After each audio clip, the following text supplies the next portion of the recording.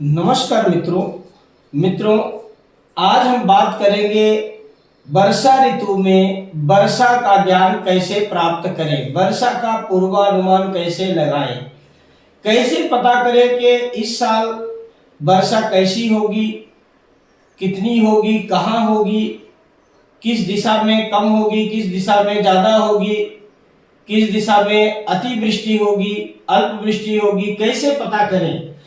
इसके लिए देखिए, इसके 2-3 नियम बताए गए हैं।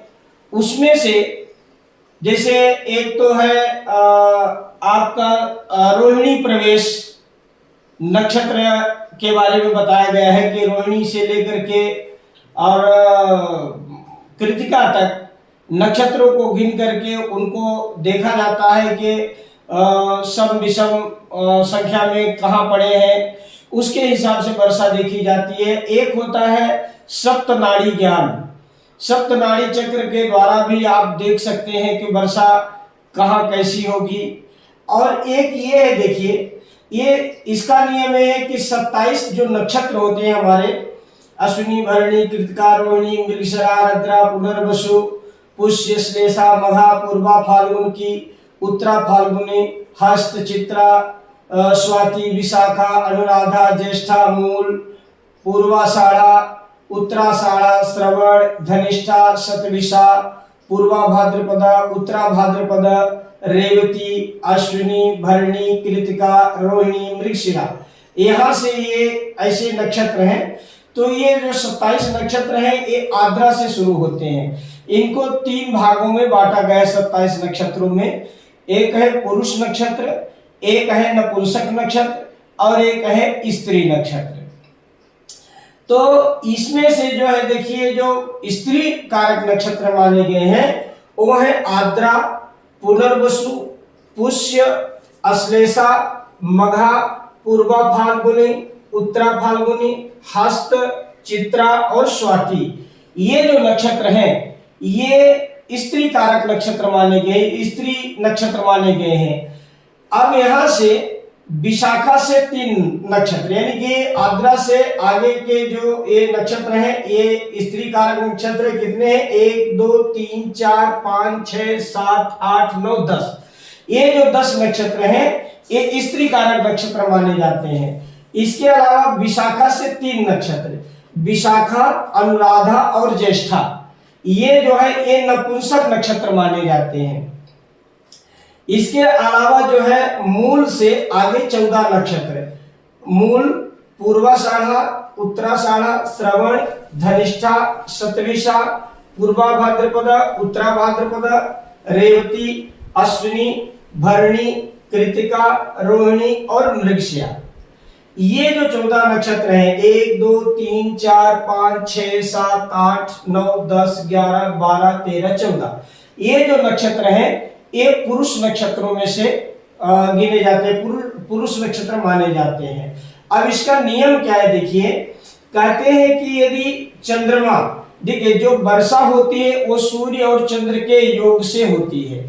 सूर्य जब मृगशिरा नक्षत्र में प्रवेश करते हैं तो वायुमंडल का बनना शुरू होता है, यानी कि वर्षा ऋतु के लिए जो मेघ बनते हैं उनका बनना शुरू होता है। वहां से आगे जितने भी स्त्री कारक नक्षत्र हैं आर्द्रा से लेकर के स्वाति तक, उनमें जब सूर्य प्रवेश करते हैं तो उस समय वर्षा ऋतु मानी जाती है। और स्वाति में जैसे सूर्य प्रवेश करते हैं उसके यहाँ से वर्षा की समाप्ति मानी जाती है।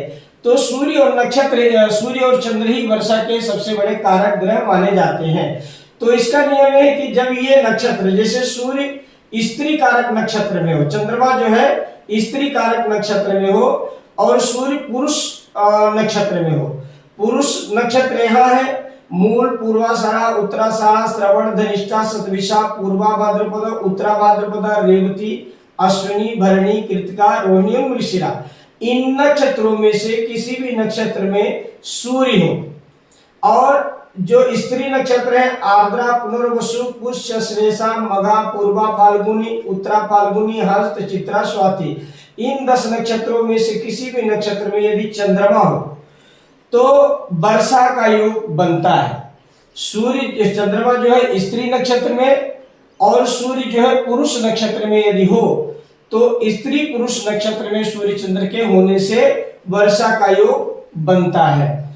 इसके अलावा कहते हैं कि सूर्य और चंद्र यदि दोनों नपुंसक नक्षत्रों में यानी कि विशाखा, अनुराधा और ज्येष्ठा, इन नक्षत्रों में सूर्य और चंद्र यदि दोनों ग्रह बैठे हों, दोनों स्थित हो, तो वर्षा नहीं होती है, वर्षा कम होती है, यानी कि चिटपुट जिसको आप कहते हैं, थोड़ा बहुत कहीं बूंदाबांदी पड़ जाए वैसी वर्षा होती है। इसके अलावा कहते हैं कि सूर्य और चंद्र ये दोनों स्त्री नक्षत्र में है। ये जो आर्द्रा, पुनर्वसु, पुष्य, अश्लेषा, मघा, पूर्वा फाल्गुनी, उत्तरा फाल्गुनी, हस्त, चित्रा, स्वाति, इन्हीं नक्षत्रों में सूर्य और चंद्र दोनों हों तो मेघ छाए रहते हैं पर वर्षा नहीं होती। यानी कि बादल गरजेंगे, मौसम बनेगा वर्षा का, लेकिन वर्षा नहीं होगी। सूर्य और चंद्र दोनों यदि पुरुष नक्षत्र में हो तो भी वर्षा नहीं होती है।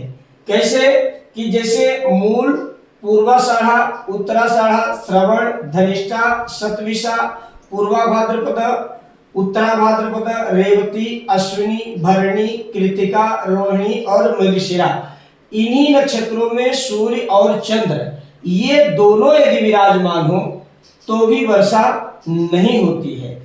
यदि चंद्रमा जल राशि में, जैसे कर्क राशि में, वृश्चिक राशि में, मीन राशि में, इनमें यदि चंद्रमा गोचर कर रहे हों तो वर्षा का योग बनता है। तो ये था एक वर्षा के लिए पूर्वानुमान आप कैसे लगाएं कि यदि चंद्रमा जो है स्त्री नक्षत्र में हो, सूर्य पुरुष नक्षत्र में हो तो वर्षा का योग बनता है स्त्री पुरुष के मिलन से। और यदि सूर्य चंद्र दोनों नपुंसक नक्षत्रों में हो, विशाखा, अनुराधा, ज्येष्ठा में, तो वर्षा कम होती है, यानी कि बूंदाबांदी, छिटपुट कहीं कहीं वर्षा होती है। सूर्य चंद्र दोनों स्त्री नक्षत्र में हो तो मेघ के गर्जना रहेगी, बादल छाए रहेंगे पर वर्षा नहीं होगी। और यदि सूर्य चंद्र दोनों पुरुष नक्षत्र में हो तो भी वर्षा नहीं होगी। तो मित्रों, यदि यह वीडियो आपको अच्छा लगा तो आप इस वीडियो को लाइक कीजिए, शेयर कीजिए, और यदि आप अपनी कुंडली दिखाना चाहते हैं, किसी प्रकार का कोई मुहूर्त जानना चाहते हैं, तो आप मेरे चैनल कुंडली प्रकाश में कमेंट के द्वारा या मेरे नंबर 9423237616 में आप संपर्क करके अपने कार्य को सिद्ध कर सकते हैं। नमस्कार।